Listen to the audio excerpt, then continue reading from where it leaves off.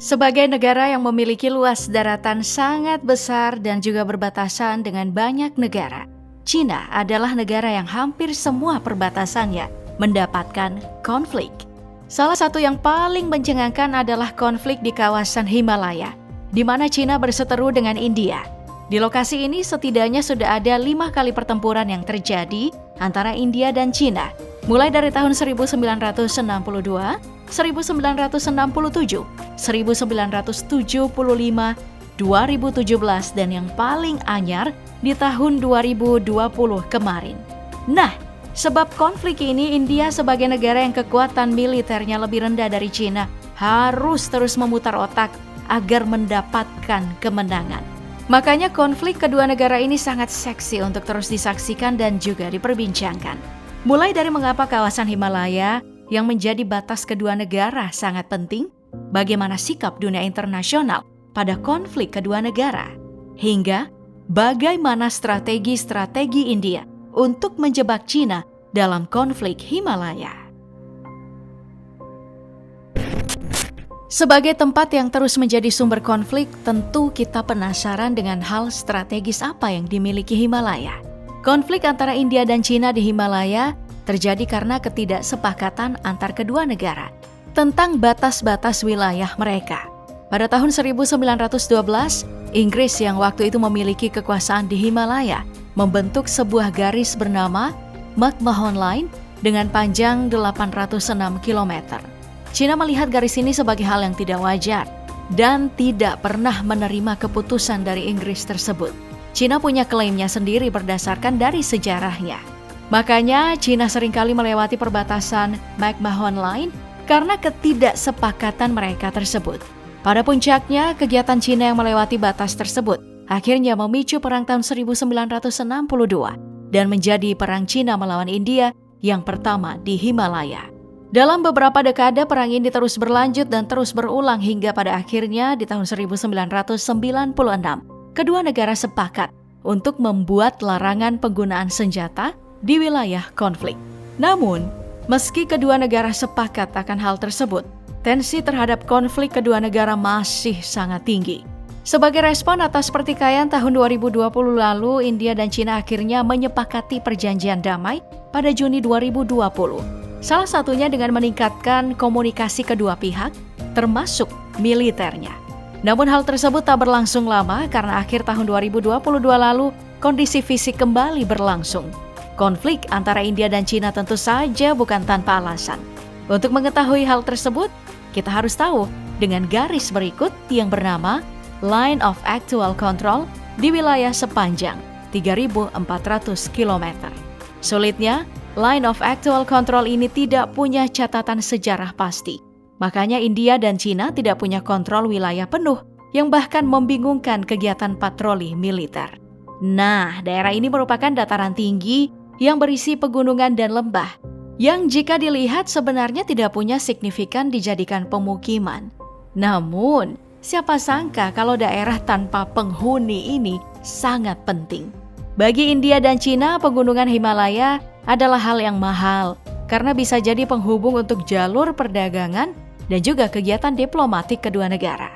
Perlu kita tahu, Himalaya menjadi penghubung ke berbagai negara seperti Nepal, Bhutan, Pakistan, Afghanistan, dan lain-lainnya. Maka siapa saja yang menguasai batas Cina-India punya kekuatan diplomatis yang lebih tinggi.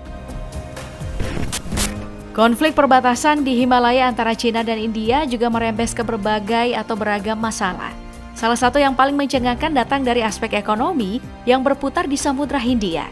Kita tentu saja tidak asing dengan mega proyek Cina yaitu One Belt One Road Initiative. Di sini Cina ingin membuat jalur sutra baru untuk memperlancar segala perdagangannya.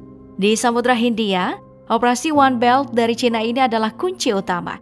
Karena Samudra Hindia menjadi tempat dilakukannya 80% dari perdagangan minyak dunia. Belum cukup sampai di situ, samudra ini juga dilewati 90.000 kapal kargo yang memuat berbagai macam hal untuk dikirimkan ke Afrika, Asia, dan juga Eropa. Jadi, samudra ini memang menjadi area vital bagi perdagangan dunia yang menghubungkan wilayah Samudra Atlantik Utara dan juga wilayah Asia Pasifik. Untuk mengendalikan situasi di Samudra Hindia, sebenarnya sudah ada resep pasti, yaitu menguasai seluruh jalur transportasi vital yang ada. Pertama, ada Selat Hormuz yang menghubungkan Teluk Persia dan juga Teluk Oman. Lalu ada Bab el-Mandeb yang menghubungkan Yemen, Djibouti, serta Eritrea dan juga menghubungkan antara Laut Merah dengan Teluk Aden. Kemudian yang paling penting adalah Selat Malaka yang berada di antara Semenanjung Melayu dan juga Pulau Sumatera. Di Indonesia sendiri masih ada 2 jalur perdagangan penting untuk menembus Samudra Hindia, yaitu Selat Sunda dan Selat Lombok. Nah, pengendali dari seluruh titik ini bisa jadi penguasa yang masyhur di dunia karena bisa mengendalikan jalur perdagangan paling penting di dunia. Untuk mendapatkan kendali penuh pada Samudra Hindia, China menggunakan One Belt One Road Initiative miliknya itu untuk mendapat akses ke seluruh wilayah penting. Di Selat Hormuz, China mengendalikan pelabuhan Gwadar yang ada di Pakistan. Di Selat Bab el-Mandeb, China mendirikan pangkalan militer di Djibouti. Kemudian ada Selat Malaka, Selat Sunda, dan Selat Lombok. Kita sama-sama tahu ya kalau China sedang membangun hubungan yang sangat baik dengan Indonesia lewat berbagai investasi yang sudah mencapai 300 triliun rupiah. Nah, bahkan untuk menguatkan posisi mereka, China juga bekerja sama dengan Mozambik di bagian terusan Mozambik. Kemudian membangun pelabuhan Dar es Salaam di Tanzania. Dengan segala upaya ini sudah bisa dilihat kalau China menghendaki dominasi di Samudra Hindia. Nah, sayangnya dominasi atas Samudra Hindia yang diinginkan oleh China sepertinya tidak akan mudah. India yang menjadi saingan utama dalam perdagangan dan juga musuh di wilayah memiliki strategi untuk mencegah dominasi tersebut dengan menggunakan pendekatan militer. Untuk Selat Hormuz, India bekerja sama dengan Oman untuk mendapat akses ke pelabuhan Duqm. Kemudian di Selat Malaka di tahun 2018, India bekerja sama dengan Singapura untuk mendapat akses di pangkalan militer Changi. Setelah itu India mendapatkan akses di pelabuhan Sabang Indonesia yang membuat India punya kekuatan di kedua sisi Selat Malaka, yang jadi wilayah masuknya 70% dari minyak dan 60% dari kapal dagang milik China. Kemudian, untuk terusan Mozambik, India mendapatkan kerjasama dengan negara setempat untuk menggunakan Assumption Island.